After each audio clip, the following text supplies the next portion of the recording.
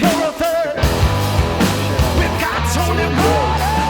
All right, I'm gonna get it started, Now Mark. we're dirty. Hey, everybody, it's Clint Clark again here with you with episode number 4 of Pajama Wrestling 101. I have a guest with me today, fellow black belt are you out of Dallas, Mark? Yeah, I'm out of, I'd say Plano. Are you familiar with the Dallas area? We're just north of Dallas, about 30 minutes. Yeah, I'm familiar with it, but if I drive anywhere in Texas, it is definitely going to have a GPS with it. So, Fair enough. Mark, there's something I've been wanting to ask you since the day I met you. How do you pronounce your last name? Because I will butcher it. Hey, that's a great question. I can remember when I met you, and I'm going to save that story because I'm going to see if you can recall when we met exactly in person. But my last name is pronounced Botinderi, like a teenager, Botinderi. Oh, yeah. And I do remember when I met you the first time. Now, we competed against each other for the first time, I believe, in the Dallas Open. That's right. It was Dallas. The Dallas Open. We were the only two guys in the division. And, you know, when you have one other guy in the division, sometimes you Facebook stalk the person. And so I'm like, okay, I saw your last name. And I'm like, I said, it's not going to be hard to find him on Facebook. It's just not going to be hard. So we were purple belts at the time. And I remember I looked it up and I found you, and there you were winning Master Worlds at purple belt. And I was like, well, shit. I'm like, well, shit. Shit. And well, hey, look, I always Facebook stalk people and do the research before, just because I like to understand what I'm getting into. But what I can remember about you specifically is we met in the bathroom. We did. You were coming in as I was going out. Yeah. So I thought that was funny. I told my wife, I said, yeah, we actually met in the bathroom. And hey, you know, a big reason why I do jiu-jitsu and compete at this age especially is I love meeting new people. I love to win and go compete and go hard, and we can do all that, but I like to meet new people and become friends and then train with each other, have drinks together. So I knew when I met you, you were a class act. Oh yeah, well, I appreciate you saying that, and that's part of the reason I wanted to have you on here. Now, one of the things I noticed when I Facebook stalked you, was that you. Yeah, I'm sorry, it sounds so weird. That's why I put my name on here. The name's not; they'll probably pop up, but I've got mine as 0-2 because you also beat me in Austin, Texas. So what was funny is you and John McCown, another black belt. He's out of the Houston area, with Team Toke. Or Took, how do you Tooke? So however you pronounce it. I don't want them mad at me. But I remember I went against both of y'all a couple times before, and there's another guy. And I remember after the tournament, the guy I beat before I went against you, John, like, destroyed him in absolute. He goes, I beat the guy fast. I'm like, I don't care, enjoy your bronze. But I did notice you grew up wrestling, did you not? Yeah, I did. I started wrestling about around 10 years old in elementary school, and I was a really overweight kid. And my dad God bless me, had a great idea, get me into wrestling. And by the end of middle school, about 8th grade, I had lost 50 or 60 pounds. Fell in love with the sport. My life changed, and I wrestled from then all the way through college. And then I coached college for many years, coached junior college at where I went to for a year, and then coached a little NAIA as well. So love the sport, and man, I love how it translates. It translates very well into jiu-jitsu. It really does. And I'm, you know, one deals as going against people like you. If you want to be a good competitor, when you get to purple belt, especially in the ultra heavyweight division, you've got to have some stand-up game. You've got to have some sort of takedown game. And I realized really fast, like, if I'm going to compete, I've got to learn some wrestling. And so I was lucky enough to hook up with Cisco, who was one of the ultra heavyweights at Central Baptist College. And me and him worked together. And I showed him the video of the takedown you hit on me in Austin. Because I was like, no, I'm going to stand. I'm going to work it. I want to stand and wrestle with him. I know I'm going to lose, but I'm going to stand and wrestle with him because I pulled guard once. That didn't work out well. I said, so we're gonna try it in Austin. I'm gonna wrestle with him. And it felt when we were going against each other in Austin, it felt so fast. And I watched it on video. It was not fast at all, Mark. It didn't look fast, but I asked how Cisco talking about. He goes, he set it up so well. You remember anything about that takedown that you hit me with? Because I do believe. I do. Just, I have a crazy weird memory about certain things, and I really focus on when I do something well, and then I focus a lot on when I do something poorly. So, but I remember, and actually I taught a version of that snatch single today. If you watch people's feet come forward, okay, so we're moving around. If I circle away and get you to step forward, there's a pretty simple way to just simply change levels, snag a single, or what I taught today was a low single, where as their weight shifts, you can change levels and drop and go right behind the ankle. So I think that's what it was. Was it a snag single? It was a snatch because one of the things I work on is going high, get them to react up high, and then go for that snatch single. And you set it up real well. You see, you come up high, I react, and like I said, my foot probably came forward, and you're just like, yes, I will take that. That works very well with bigger guys. It gets you to a level of comfort because as their weight's shifting forward, you're meeting them kind of like a train. As soon as that weight comes down, bam, it's there. So I'll use that shot a lot with the ultra heavyweights, and then when I wrestle with the guys in the room, I'll take regular traditional shots or low singles just to practice up on those things and help them understand the moves better. Okay. Now you said you started wrestling at 10 years old, dropped about 80 pounds. Probably got in shape. I mean, listen, I'd kill for your physique now. I'm just going to be honest. But we are, no, but so what other sports did you play any other sports, and what town did you grow up in? Are you from the Dallas-Fort Worth area? Yeah, I appreciate you saying the physique thing. I've actually, since the last time you and we saw each other, Clint, I think I was about 260 then. Now I was 222 this morning. I decided I wanted to feel better first and foremost. I had some blood work done, had a little bit of some cholesterol issues, and I thought, man, you're in way too good a shape and too active to have any kind of negative blood work. So lost a bunch of weight, feel a million times better. We'll probably drop the super heavyweight later this year or next year. We'll see. So I don't feel officially a big guy like you do, but yeah, I just thought I'd share that with you. No, that's awesome. That's awesome. I'm happy to hear that you're dropping down to super heavyweight. And the other thing too, Clint, is we've got in our Master 4 class, we have two of the best super heavyweights, I think, in the Master 4 world level. Roberto Godoy, which I don't know if you know him. I don't know. I'm not sure where he's an absolute monster and probably a 4-stripe black belt. So 4 or 5 stripe. And then we have a guy named David Gill that does no-gi that's been the #1 guy for a long time. So I kind of want to go after them just as fun for myself and something that's challenging. So that's another primary reason of dropping to super. Right. I remember I'm always one of them kids. I'm like, I'm going to jump off in the deep end of the pool first. I'm going to dang near drown, but I'm going to jump off so I made my first black belt tournament, the Pans. I'm going to go out there. Well, I need to come back. I needed to start driving back Sunday. Master 4 was going to be on Sunday, so I dropped down to Master 3. And I'm like, all right, let's see who's in that division. It was like Bruno Bastos, Gabriel Gonzaga was in the division. It's like, yeah. I don't know if you've ever met Gabriel Gonzaga, but he is a scary human being. He is. He's very scary. And Bruno's not too far behind, but Gonzaga's on another level. Did you actually compete with one of them or both of them? I didn't get. I actually drew the guy that he had actually won brown belt worlds that year at Master 3, and it was and that was the one. I figured, when you're a 3-tip brown belt, it's not far away from it, and you kind of got to get, okay, I'm getting close to the black belt.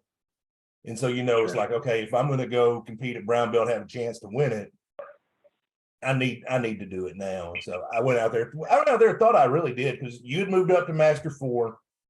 John had also moved. You'd got your black belt, I believe. John had moved up to Master 4.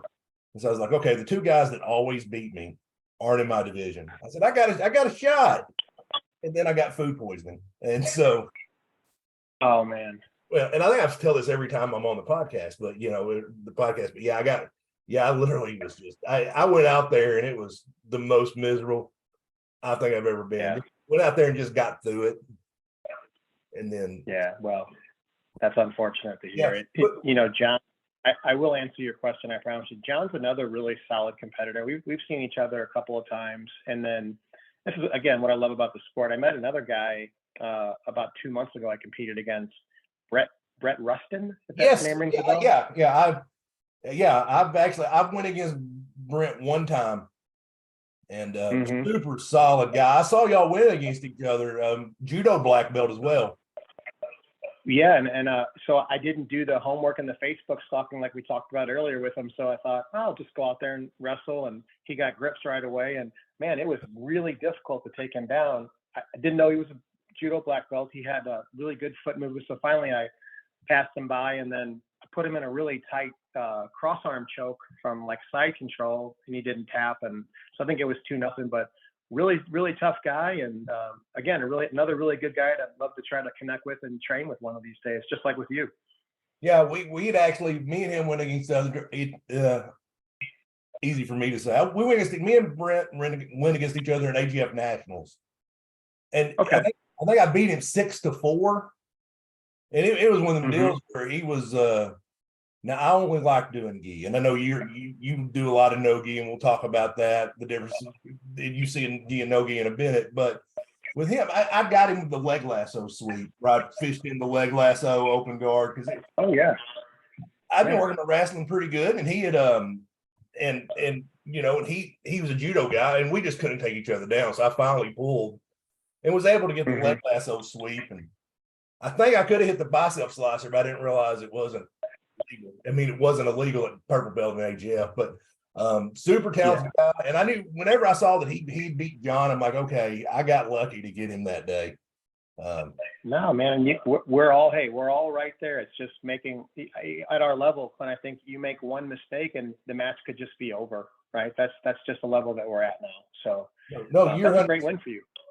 No, you're 100% correct. The margin for error just goes small, because I did a super fight. My second, I don't know if you went back and watched any of my podcasts I've done on this or not, but my second guest, Jerry Burns, we've done a super fight against each other in Memphis, and I was going to cross face, and I had my arm like this instead of like that, and I just gave him a Kimura. Yeah, and he saw it, took advantage of it. You, like you said, you make that little mistake. That's it. That's it. So now, going back to your question? Go ahead. Yeah. Oh, I'm sorry. I was just going to say, so I'm not from Dallas. I've been here now for about 11 years. My wife and I moved here. I moved for my company. I work for AT&T, almost 24 years now. A little mom and pop. Well, yeah, a little mom and pop shop. Great company. I'm so grateful. But we've been here. But we're from St. Louis, Missouri, not too far from you. So, man, grew up there for first 35, 36, 37 years of my life, and we did the kids sports. You asked about sports, soccer and baseball, but man, once my dad got me into wrestling, and part of it was the weight loss and feeling good about yourself, moving better, and then getting some success early freshman, sophomore year. That's really the only thing I've done, Clint, for 30 plus years now. God, almost 40 years. Pretty crazy to think about that. No, it is. That's awesome. Now, you grew up in St. Louis. Would you now St. Louis barbecue is a little bit different from Texas barbecue. So I'm gonna put you on the spot, Mark. Which one's better, Memphis or St. Louis barbecue? Oh, now did you say Memphis or Texas? Memphis I'm sorry, St. Louis or Texas. I'm sorry. Okay, because Memphis, I got to think about that. Texas and St. Louis, it's for me, it's a no-brainer. There's a few things that I like about St. Louis food-wise better than anything in Texas, and one is the barbecue, partially because we grew up with it and had that style and that taste. The other by far, if people don't know, is the pizza in St. Louis. To me, is the best in the whole country. Are you familiar with Emos and familiar with the Provo? I've seen the commercials, but I've never ate there. I got to send you one. Gold Belly. You can order them frozen and they come. Maybe not quite as good as the actual Emos, but Yeah, those are the two things for me, St. Louis. But now, if you think about steaks and you think about Mexican food, seafood, Texas is by far better to me than St. Louis. no, every time I visit somewhere, I like to go try to get some local barbecue.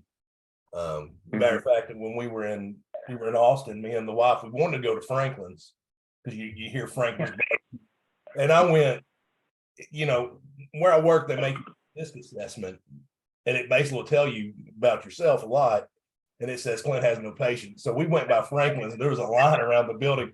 I'm like, that brisket could be free, and I'm not stopping. So we went. Like, it was unbelievable. So no.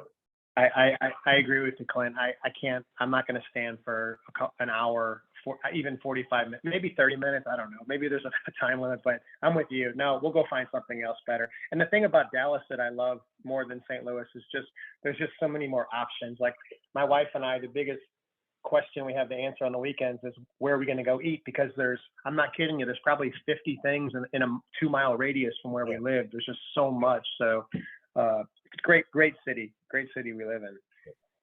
Did you grow up a Cardinals fan? Yes, we did. I say we, the wife and I both did. So yeah, huge Cardinal fan still. The only sport I think that I really follow is more of like the combat stuff, like wrestling and jiu-jitsu and mixed martial arts, but I still try to keep up with the Cards. And then if you're from St. Louis, you're usually a Blues fan as well, if you like hockey. So those two. No, I lived in North Carolina for a short bit. Well, I say that's about 5. And I went to a Canes game, and I'm gonna tell you, I've been to every major sport. I went to NBA game, NFL, every basketball, baseball, everything. To me, the most fun sport to watch live is hockey. And I don't know anything. I have to agree. I don't know anything about it. Like I have no idea what's going on. I'm lost. So I agree. There's just some energy there, and they're physical. They're skating around. I'm with you. I don't really understand all the rules and stuff, but yeah, we love it. We had some season tickets there for a few years where you get some drinks and some food, and that makes it even better too. Of course, have hot dogs coming your way, nachos coming your way. Oh man, can't beat it. No, you really can't. Now, when did you start? What made you start jiu-jitsu? Because for me, it was like when Brock Lesnar started, I was a huge pro wrestling fan. I mean, I was that guy. Like, oh, Brock Lesnar's doing it. Look good. I don't want to get punched in the face though. So I tried jiu-jitsu, and then, here we are, 15, 16 years later, still doing it. Yeah. But what got you going? Well, before I answer, I'm going to tell you, I see your Facebook posts and all those things. I love professional wrestling. Like I don't miss Monday or Friday. We have Peacock, so I watch all this. So you and I share that love together. Just know that, by the way. Oh, awesome. I didn't know that, but yeah, I'm a huge pro wrestling fan, dude. I love it. I don't care. People say it's fake, and I say everything on TV is fake, including the news and everything else you watch. So stop it with the fake already. We're all watching fake stuff, but love wrestling. But what got me into jiu-jitsu is, with wrestling, you're really, to post your career in college, you have to go to the Olympics or you can coach. And I wasn't good enough for the Olympics. I had some success and all that, but I started trying kind of the mixed martial arts stuff. So from 93, 94 to about 97, did some mixed martial arts and got my nose broken and ankle popped and all this stupid stuff where my dad's like, man, Mark, you've got all this education. Can't you actually go get a real job and try, corporate America, make money? So got into that around 99, enjoyed it, but I just missed, I was doing some coaching, some wrestling, but I missed competing. So I found an old friend, Steve Berger. He was a kind of a pioneer of mixed martial arts out of St. Louis, Missouri. And he had a mixed martial arts school. He's like, hey, you ought to come try some no-gi stuff. And we've got some stand-up stuff and try your hand at all these sort of things. So did that, fell in love with no-gi. And then when we moved to Dallas, fast forward many years, I met some guys under Machado that welcomed me in. I started showing them some wrestling. They had me put the gi on, and I fell in love with it ever since. Why? Is because I can coach, but I can still be competitive. That's what I love about this sport. You and I were in our 40s, and we can still go and win world titles that mean something to us. And that I guess that's kind of it. No, when I grew up, I played college football. I was on the team. I got to hang out and practice. Saturdays, I had the day free. I could just stand there and it was stress free. But I did it, and there's something about that. I'm being, but you have a competitive nature. You want to do something. You want to be active, and I was kind of like you. I'd ballooned up to. I was probably pushing 4 bills when I found Danny Dream. And I was like, man, I got to do something. And then Brock started, and I'm like, you know what? I started researching. The internet was becoming a thing. And he's like, man, hey, you got into it. Now, when did you do your first jiu-jitsu tournament, and what was that experience like for you, Mark?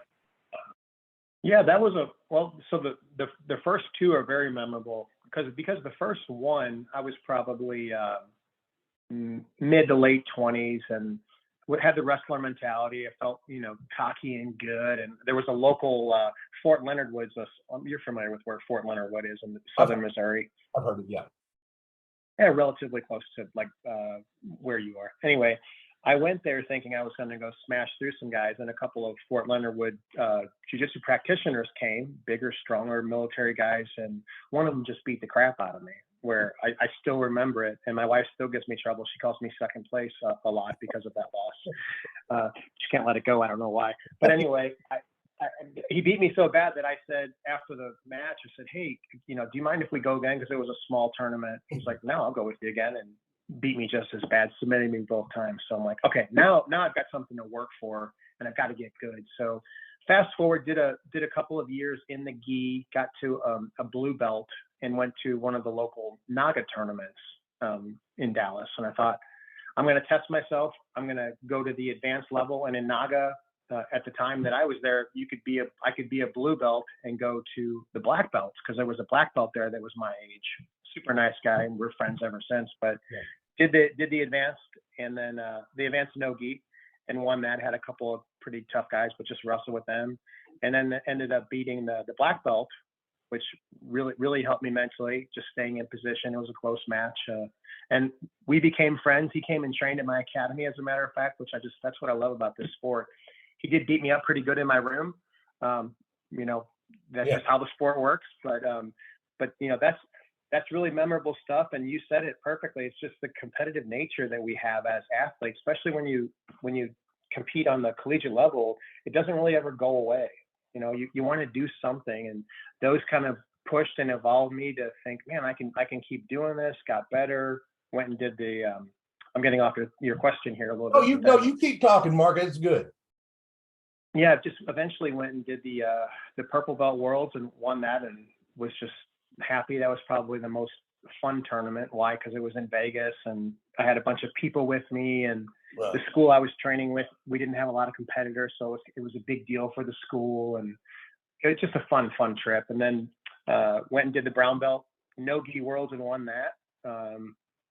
And then I had a tough match in the finals the following year in brown no gi worlds and lost it, but still ended up getting my black belt from my professor. And man, just have been competing now. I think I probably have about 70 or 80 matches since that Fort Leonard Wood incident. So yeah, I don't know how many I have, but I would call myself seasoned. Seasoned. Yeah. I remember my first tournament, and I tell people, because I don't wear a mouthpiece. And somebody goes, why don't you wear a mouthpiece? I said, in my very first tournament match, I went out there to go against the guy, and I put my mouthpiece in, and I started gagging. So I grabbed it out of my mouth and I threw it.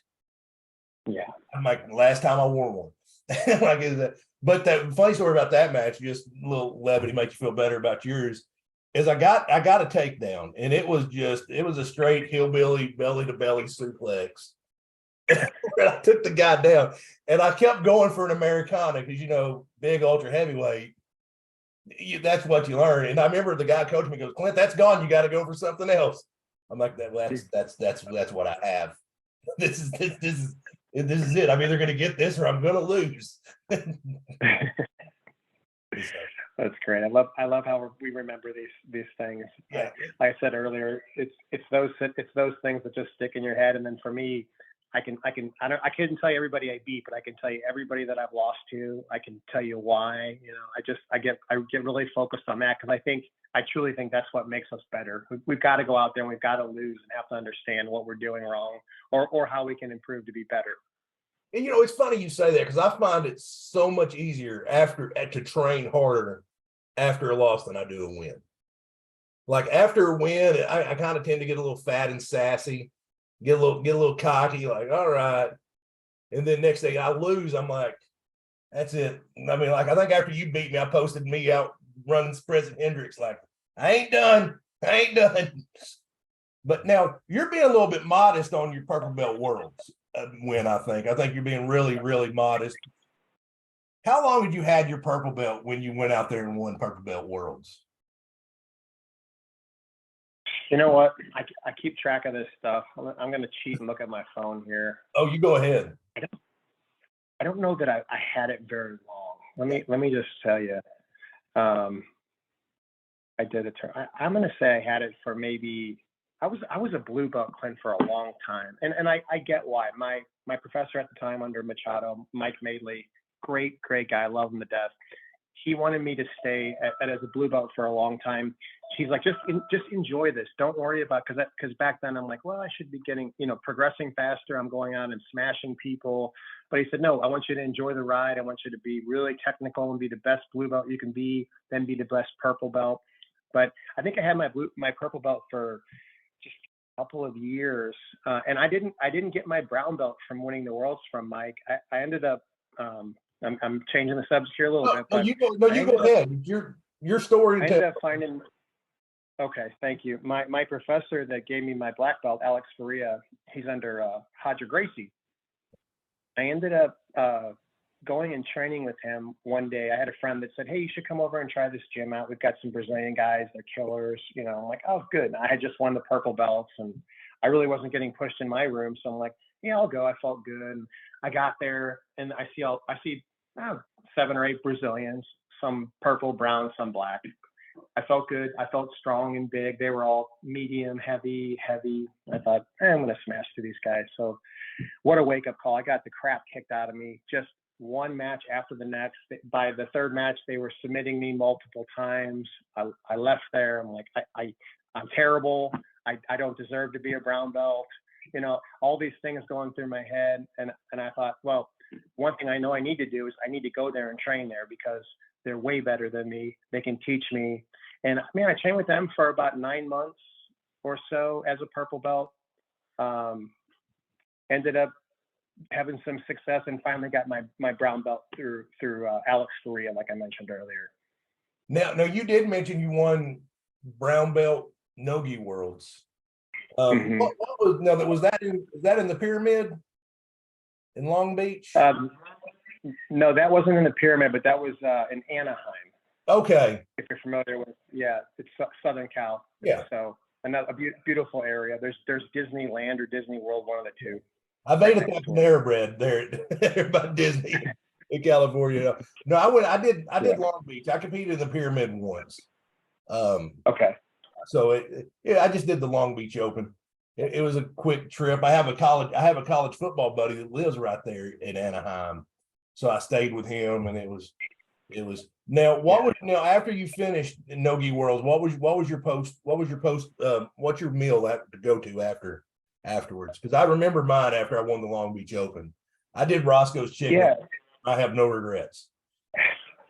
Wow, Roscoe's, that's good stuff. Yeah, I did. And that's quite an experience too, to go to Roscoe's just to, because I'm assuming the neighborhood was kind of sketchy. Maybe is that the one you went to, or?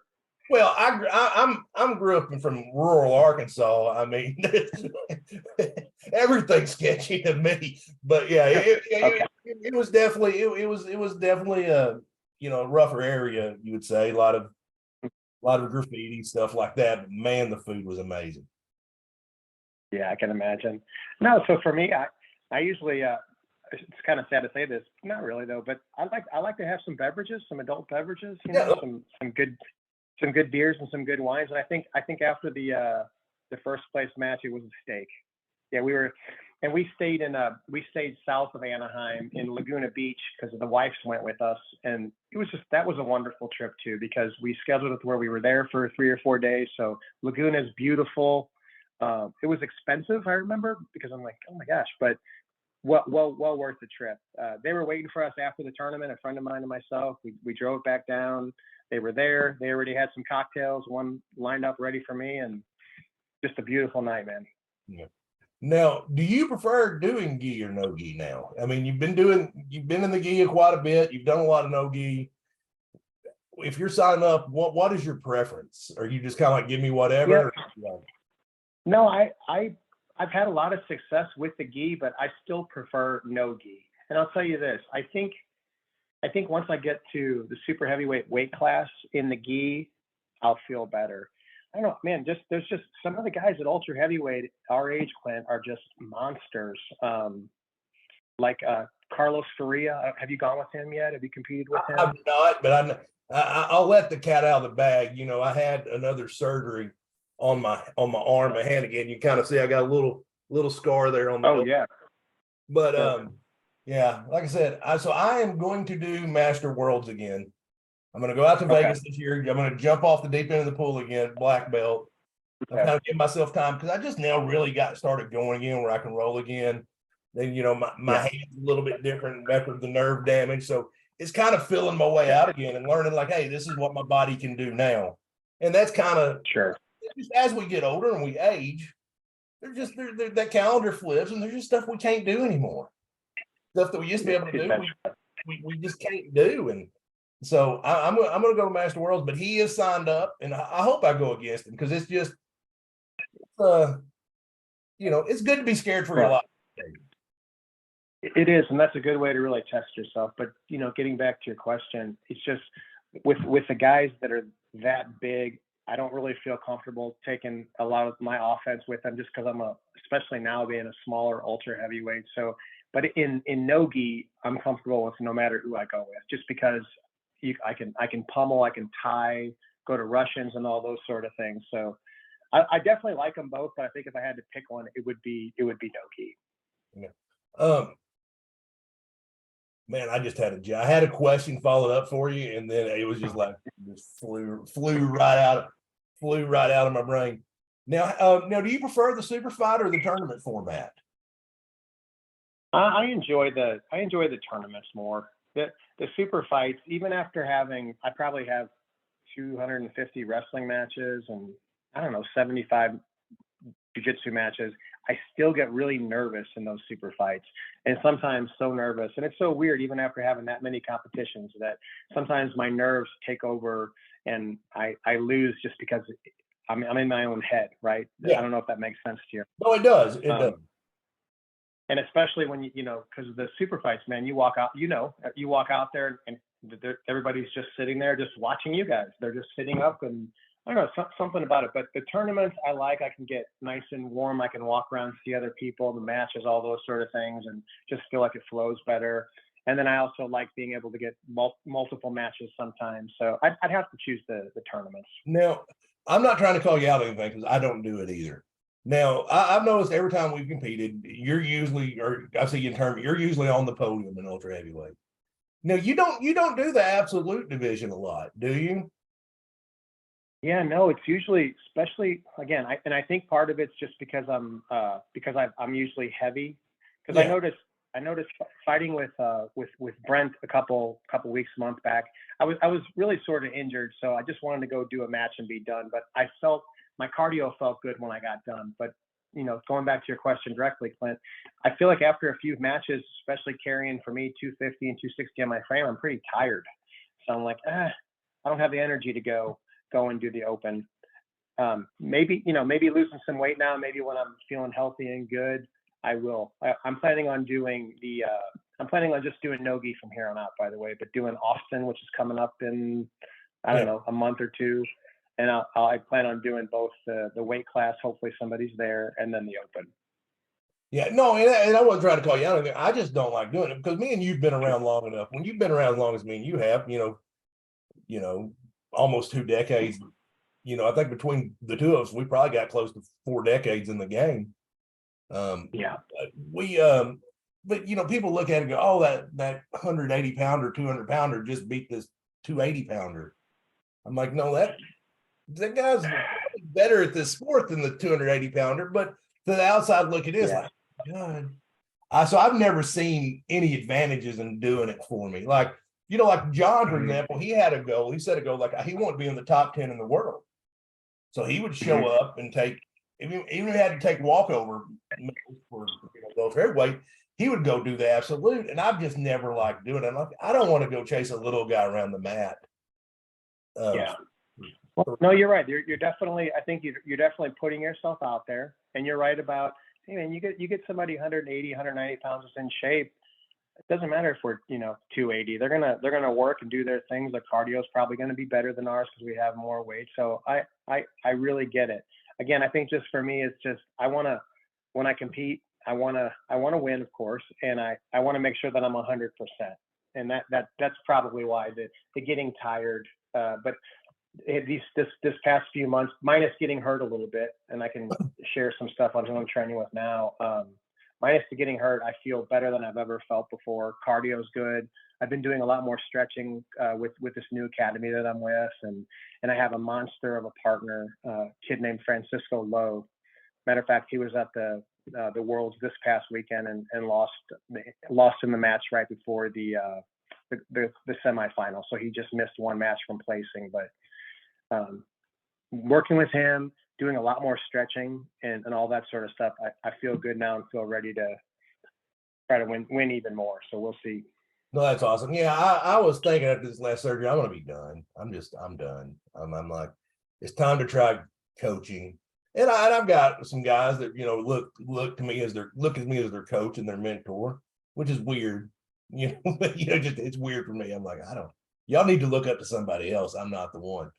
but it's weird. But I was like, man, and then I started really thinking like, I'm not ready to hang them up. I got some tread left on the tires.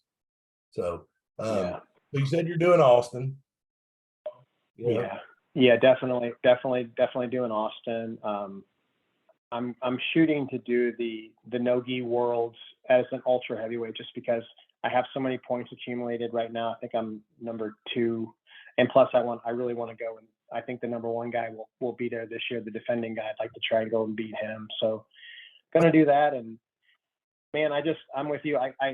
I may say, oh, you know what, I'm feeling tired and feeling old and feeling broken, and I'll just coach. And I go out there, then I go to the room and have a couple of really good days in a row. And I think, nope, you got to keep competing. You got to do this until the wheels fall off. Right. So no, and that was and what was funny was I wasn't even planning to go into Master Worlds, and some guy from the gym said, I'm going to Master Worlds. I'm like, well, I can't let you go by yourself. Plus, last time I went, they were with me when I got food poisoning, and it's a brown belt from her gym and a purple belt is his girlfriend, and they're living together in sin. Mark, I don't approve of it at all. I don't care, but I'm like, y'all two are lucky that I was sick because I'm a hell of a salesman. I'd have got them to get married, and so I'm gonna try to get them to get married by Korean Elvis while we're in Vegas. I'm gonna see if I can make it happen. So, oh, what a great idea. Yeah, I'm like, yeah, well, if you can't get, and like, yeah, I love it. Don't say y'all lucky. I said, this time I'm gonna watch what I eat. I'm staying away from Fremont Street, and man, should be. Now, is there anything on your jiu-jitsu bucket list you haven't done yet? You're like, because like I want to go out of the country one time and compete. I think we're looking at maybe trying to do Tokyo next year should finances line up and all that. But that's I've done pretty much everything I want to do. But I'd like to go compete out of the country one time. Anything on your bucket list? You're like, okay, I got to do this one before I hang them up. Yeah, I love your idea. Going out of the country sounds like a blast, and I definitely could make that happen for me. It would have to be something that my wife would enjoy doing. I feel like a lot of times, a lot of our I don't feel like our times, they revolve around jujitsu, and she's a good sport where she's like, all right, we'll go, you can do, Saturday or Sunday, and then we're going to stay Monday, Tuesday, Wednesday, and enjoy the time there. But love the idea. But hey, man, for me, I want to win the black belt worlds. And for me right now, I'm going to be laser focused on winning the no-gi worlds, because I'd love to win both, but I want to focus, and I know from physically, I know I'm ready to go win the no-gi world. So that would be my immediate goal. Then, man, the sky's the limit. Like, I don't know, like I love the idea that you have, and I love the idea of just continuing to learn, because you know how it is at the black belt. Like, I felt like we started over. We see these guys that have been doing jiu-jitsu for 20 or 30 years. You go out there and you see they have 4 or 5 stripes on their belts, and pretty soon we'll be seeing coral belts. It's just that's what keeps me going and keeps me motivated in terms of like bucket list, is just to be able to compete, to be healthy, to meet new people. That's primarily it. Well, like I mentioned, I was in the same division as Bruno Bastos, who I've paid for a private lesson. I've paid Bruno money to teach me stuff. Yeah. But like he's been a black belt longer than I've been doing jiu-jitsu. Like, yeah. And that's when you get out there at the black belt division to compete at that level, you've got to be razor sharp, because guys have been doing it forever. And you're I ain't gonna say you're lucky. You've worked to get yourself in a position where you've wrestled, and so you've done grappling almost 30, 40 years. Yeah, it's been almost 40 years. It has, but no, you're right, man. It's like starting over. You see guys like Bruno. I have a couple things that come to mind and sometimes like the not Facebook stalking is actually better for me personally, because the first guy I saw at the black belt no-gi worlds 2 years ago, he's a 5-stripe black belt, and I had no idea, didn't know anything about him, but went out there and treated him like I should everybody else, and ended up beating him. And had I looked and understand who he was, I probably would have been more nerve-wracked and more cautious. But not knowing and just going out there and doing your thing, you can perform better like that too. So yeah. Well, obviously I went out there and I did my very best against you, I think, in Austin. I do think in Dallas I was beat before we shook hands. Not that you wouldn't have won anyway, but I think, you were in my head, and I'm like, and then you walked in the bathroom, like, oh great, he's as big and strong as he looked on Facebook. No, but see, that's it. And it's good that, I think for us, like just for any human being, it's good you can admit this stuff and you can be cognizant of it. For me, like and again, it takes time and I relapse, but you got to respect people. I get it, but you got to go out there and just go and believe in yourself too. And like you said, it's happened to me many times too, Clint. I lose before I even step out there with some of these guys, like with Godoy. He was the super heavyweight I was telling you about. I knew too much about him. I went to one of his seminars, and I have him in great position. And I'm in my head, I'm thinking, why aren't you initiating? Why aren't you going? Why aren't you sweeping? And end up losing to him by a couple of points, because to your point, you lose before you're even out there. So I think we gotta continue to work to get past those things, right? And maybe sometime the Facebook stalking is the wrong thing for us to do. I don't know. Well, the last time I did a Facebook stalk an opponent, he was also a judo black belt, and I got foot swept within like 5 seconds of the match. It was the quickest I've ever been taken down my entire life. I was like, first off, this is embarrassing, and I'm just gonna take this. I'm gonna take this black belt off. Well, I just won the Arkansas Open at black belt, so I'd won a tournament black belt, so my ego was up there. It was like, I'm pretty good at this. Yeah. I'm like, and then, but it's every now and then it's good to go out there and get just a little bit of humble pie. Now, did you have a welcome to the black belt division moment? Yeah, I feel like I had.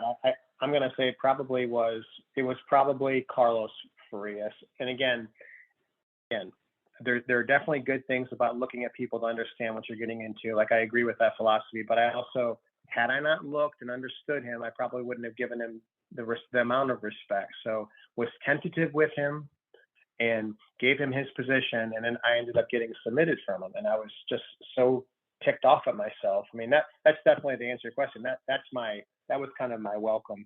And then I just keep, realize as I evolve is you can respect these guys, but you got to go do your thing.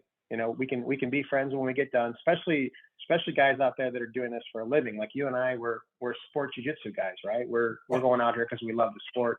But these guys that have their schools and that they're putting their name on it, it's different for them. So with them, I try to block it out. Let's go. I'm going to grind and go. And that's why I can't wait to see Carlos again. I'm sure we'll see each other one of these days. Well, if you're going to put yourself out there to go somewhere like Nogi Worlds, Master Worlds, you're going to go against somebody good that is put in the work to get there.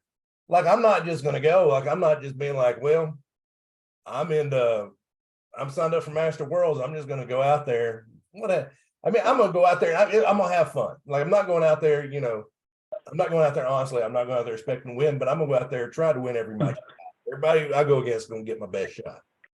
And that's all you can do. And that's where I'm at now. Like, okay, maybe, because there's levels to it. And I'm not as blessed as you. I think your wrestling is just so unbelievable. I can't get over it. I can't say enough good things about your wrestling. Like, I appreciate that. I do want to come down to Plano sometime and train with you. That is on my to-do list. Next time I'm in Dallas, which I don't go to Dallas often, but it seems like, from Arkansas, you always find yourself in Dallas eventually. So I definitely want to go down there. Yeah, it would be worth it. You come down, stay with us. We'll have some good food. We'll train some wrestling. We'll do some jiu-jitsu stuff. It'd be great to see. I think we had talked about actually trying to connecting before. Right. It's just sometimes it's hard to find the time. And really, I go and visit Branson quite a bit because my in-laws live in Hollister, so that's not far from you either. No, Branson's just a couple of hours. We just need to go surprise a school up there on an open mat like a Sunday and just be like, hey, here we are. Here we are. Here we are. Deal with it. Try to kick us out. Now from guard, have you ever pulled guard? Do you feel like you get kicked out of the gym if you pulled guard in a tournament? They just immediately. I love this because I had a stark reminder of why I shouldn't. I need to stick to my game. My game's on my feet. If we get to the guard, I actually know jiu-jitsu. I am a black belt, I promise you. But yes. The one time I pulled guard was one of the super fights where, for whatever reason, I thought, oh, you've been working your 2-on-1 sweep. Let's try to use this. And the guy was he's a Master 3, super strong. Chris Robertson. I don't know if you know Chris or not. He's a big, strong black belt. Solid, very solid guy. He actually, I think he beat Bruno. I think that's one of his. Oh wow. Yeah, he's a stud. But yeah, full guard, missed the sweep. He ended up taking my back and submitting me. So, but it was a good reminder. And I remember the commentator for the fights was a friend of mine, and he said, "Man, Mark, I was talking about your wrestling and how good you were, and then all of a sudden you pulled guard." And I'm like, "Oh." And he said I had to shuffle and change my mind and say, all these things about your guard game. And then, then the match was over. Of course, he busted my chops a little bit, but I'm like, okay, it's a good lesson. You stick to what you're good at. And for me, my top game is good. My top game is, and by what I mean by that is being really physical on our feet, getting you to want to pull guard or getting you to misstep and taking the shot or taking the throw. That's my kind of bread and butter. See, because I pulled guard against you the first time we went against each other, and I wound up in I had like a butterfly hook in with my left foot because you stuffed it pretty good. You wouldn't let me get closed guard. So I had like my right leg and full closed guard, and then my left leg and butterfly. And then I don't remember what happened. I remember seeing spots not long after that, but I don't remember exactly. But my intention, it really is on the feet, is to try to be really physical to get people to pull guard. So, hey, it happened to work on you, okay? No, it did. And then, when I tried to wrestle with you, I learned there's levels to wrestling. No, it was funny. When I beat Brent in AGF Nationals, which, it may go different next time we go against each other, but I've got that one. But I remember I've been working with Cisco real hard on my wrestling, and I couldn't take Brent down. And so I put, please, nobody tell Cisco I pulled guard. And then in my next match, I was gassed because me and Brent went hard for 6 minutes. And then I got taken down like that. Guy's like, I better, while he's breathing hard, I better get him down. So he got me down. And so I was like, yeah, I got taken down and pulled guard. So that's how my wrestling is going. Well, I'm glad that you're training it, and I'm, I applaud you for when you go with wrestlers, try some wrestling. I mean, if it's the world's or if it's a big one, of course you want to stick to your game and do what you do best. But that's the only way to get good is fail and continue to get better at those positions. Well, like going against somebody like Carlos, like you're talking about, and me going do it work. When I went against you in Austin, I'm like, okay, I know how good he is. I know how good he is. This is a good chance. I look at it as a chance to test myself. I always tell the story about Willie McLaughlin, who you probably know Bryce Mitchell. Willie's like he's coached Bryce since he a white belt. He's Bryce's coach. But the first time I rolled with Willie when I was a big white belt, he tapped me out 5 times in 5 minutes. So I'm like, I got my blue belt. I'm like, all right, I'm gonna go against Willie again. I'm gonna show him. I'd lived in North Carolina for a while, just was come back to visit. Dude tapped me out 5 times in 5 minutes. Then by the time I got to purple belt, he got me 4 times in 5 minutes. So I was like, that go. But I like to I love rolling against him because I'm like, okay, because I know every time I'm kind of keeping score in my head, like, okay, I'm seeing how much better I'm getting. But that can deceive you too, because it's not like Willie's sitting around not doing anything, or any of these other guys are sitting around. They're continuing to learn and evolve too. But they're good. But it's fun testing yourself against somebody like yourself or a guy on that level. And it's nice to have, like, I set realistic goals when I'm in the room. So I have Francisco Lowe I'm rolling with right now, medium heavyweight. He probably could be a heavyweight. The kid is a monster, an absolute monster. He's that elite level of all the other ones. He'll be a world champion. I can see it already. But my goal, kind of like yours, is okay. The first week or so was like, don't get tapped 3 times or 4 times in a row. Or then maybe the next goal is, okay, now make sure you take him down and score. Or the next goal is don't get tapped at all. Is my goal to beat him and submit him? Well, maybe eventually, probably not. But realistically, I want to stick to things where I know I can do. Hey, I didn't get submitted. I'm happy. That I think for us, especially when we go with these monsters or you go with old coaches, is all right, I'm not going to get tapped this time. Or like you said, I got tapped 5 times, so now it needs to be 4. And then it needs to be 3. And then it needs to be 2. Yeah. That's how we get better. That's it. Yeah, no, for sure. And Willie, I told Willie about that because I didn't know we were keeping score. Yeah. Well, we always always say we don't care. Yeah. We always like, we care. We do. We joke about, like, my old training partner Vinicius. I was with him for a few years, and he opened up a school in Maine, a Gracie school in Maine, an incredible competitor, Master 1 guy. And we would always say, man, I lost sleep last night because you submitted me, I can't believe it. And like, that's all I can think about is, but we do it in a joking way. It's joking and it's not joking because it pushes you guys. So the next time you see each other, you're like, all right, I'm going to get you back. You got me in this choke, so now I need to get you in a submission. Keeps it fun. All right. Now, I'm going to ask you a very important question for a wrestler. What is your favorite sweep from bottom? You can spider guard, closed guard, just whatever guard you happen to be in. Yeah. For the past since working with Venice, so it's been about 2.5, 3 years. I've worked on. I do all kinds of sweeps for my 2-on-1. So I'll cross grip the wrist from closed guard, cross grip the left with my left, stay behind the elbow. Usually, what'll happen is guys will lean into it, and you can hit a quick flower sweep that direction because you have their post. Okay. If they don't fall and take the bait and fall into it, I'll use my left foot and stretch them out and take their back. If they don't fall for that and they come close, I'll put a hook in and I'll half butterfly sweep them. That's really my game from the bottom.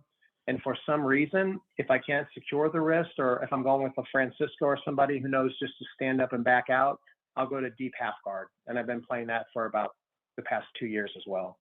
It's fun. I'm gonna tell you a funny story about it because you brought up deep half guard. So I told you I got my big guys. I've been working with. We usually get together. We had one guy that did it that missed a couple of days. And so there's only a couple of us, and we decided, like, we're going to take a day off. We're just going to go to Denny's. And so we came up with this lie that I taught a sweep from deep half, and we called it the Grand Slamwich. And we kept talking it up for like a week. Well, they were live streaming the rolling portion of class, and I hit a deep half sweep, which if you just go deep half and you do a technical stand up and you come up, you probably know exactly what I'm talking about. But I hit it, and he's like, I told him we were just messing because I watched you hit it in class. I just watched you hit it. I go, okay. I said we were just messing with you. I didn't teach. Yeah. Like we literally just went and had breakfast. That is so awesome, and I love that. I love that deep half game, especially for big guys. You get way underneath them, and it's just a matter of waiting to see where they're going to shift their weight. If it's forward, there's ways you can take them forward. Like you said, you can step up, but you can also take them back. Alexander Trans and Davi Cabral, they're a couple of local guys, monsters, both of them, and they have good deep half games. So I got to train with them many times at the Gracie location I was at, and just would watch them or would get put into position and understand it. And it's a gem, man. I think it's an underutilized position. I don't see a lot of guys using it. I see a lot of guys using their open guard, lasso, butterfly, all that stuff. But yeah, I love the deep half game.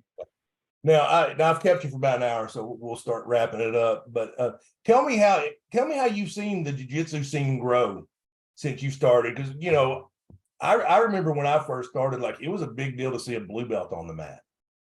To me, and like now in the gym I go to, there's 5-6 black belts that go there now. Like I remember seeing a purple belt for the first time, being like, "Wow, he's a purple belt." Sure. Now we have a line of purple belts. So especially being in Dallas Fort Worth, that jiu-jitsu seems crazy down there.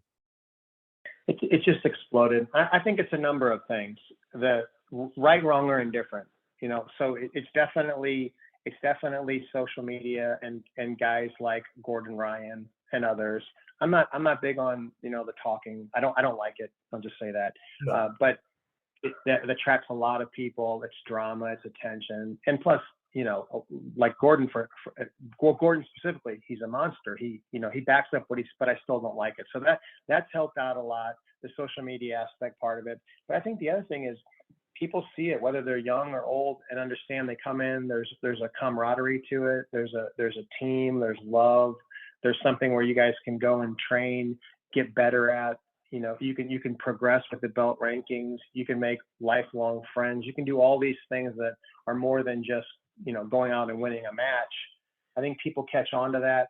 It's not as, I struggle a little bit saying this, but I'm going to say it anyway. It's not as hard on the body maybe as some other sports. I know we all get hurt. I get that, but you can go as hard as you want. Like we can meet and say, hey, let's flow around a little bit. And, so I think with all those things said, the sport just continues to grow and evolve, and I love it. And the fact that you got a lot of these super fights showing up where people are actually getting paid now. Sponsors see it. They're putting their names on these kids' backs. I think it'll continue to. I think, Clint, we'll see it in universities. I think it'll be offered as a university course before too long, where you're going to, hey, for 1 credit hour, you can go and take jujitsu. We'll see.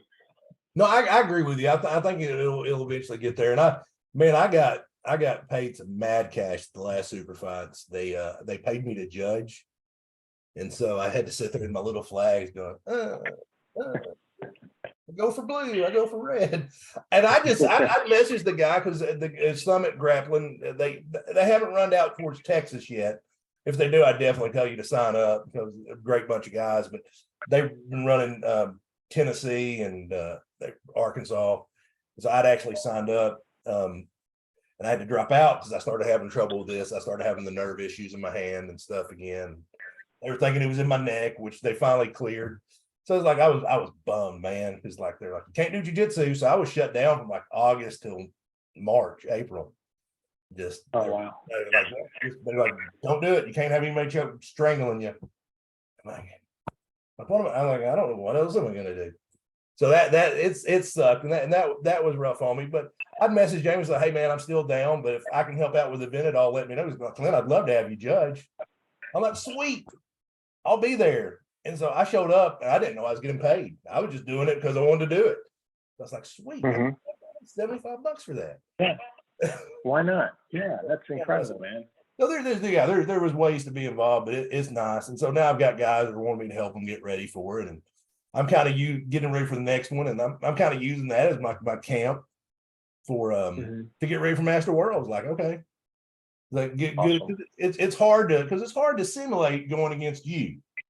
It's hard to simulate going against me because you got to have big guys that can do it, and Sure.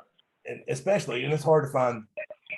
Well, no, I say that I can probably name 10, 12 of them that I would say are very skilled ultra heavyweights that you go against, but we're kind of sprinkled all over the place. So We are. we are. Yeah. But Mark, hopefully this was better than a shark poke in the eye. Hey, I love, first of all, I always enjoyed seeing you, and it was so much fun talking with you, but I love talking about jiu-jitsu, man. I could talk about it for hours and hours and hours. So I hope I didn't get to rambling too much. Oh, no, you did it. It was fun. And I can say, and I love the sound of my own voice. It's probably my favorite thing in the world. I love my own voice more than I love my kids. But but no, I enjoyed it. And so I can take over. So I was like, and so I got, no, it's their story. Let them tell it. They hear from you all the time. But no, and I know John told you this because I'd messaged, because when I saw who was signed up for the Austin Open. It was me, you, John, and the other guy. I can't remember his name. First time I'd met him, but he'd been a brown belt under Bruno for 4 years. So I remember. I knew that guy was going to. So I knew it was like, man, that is a tough bracket for an Austin Open. It was.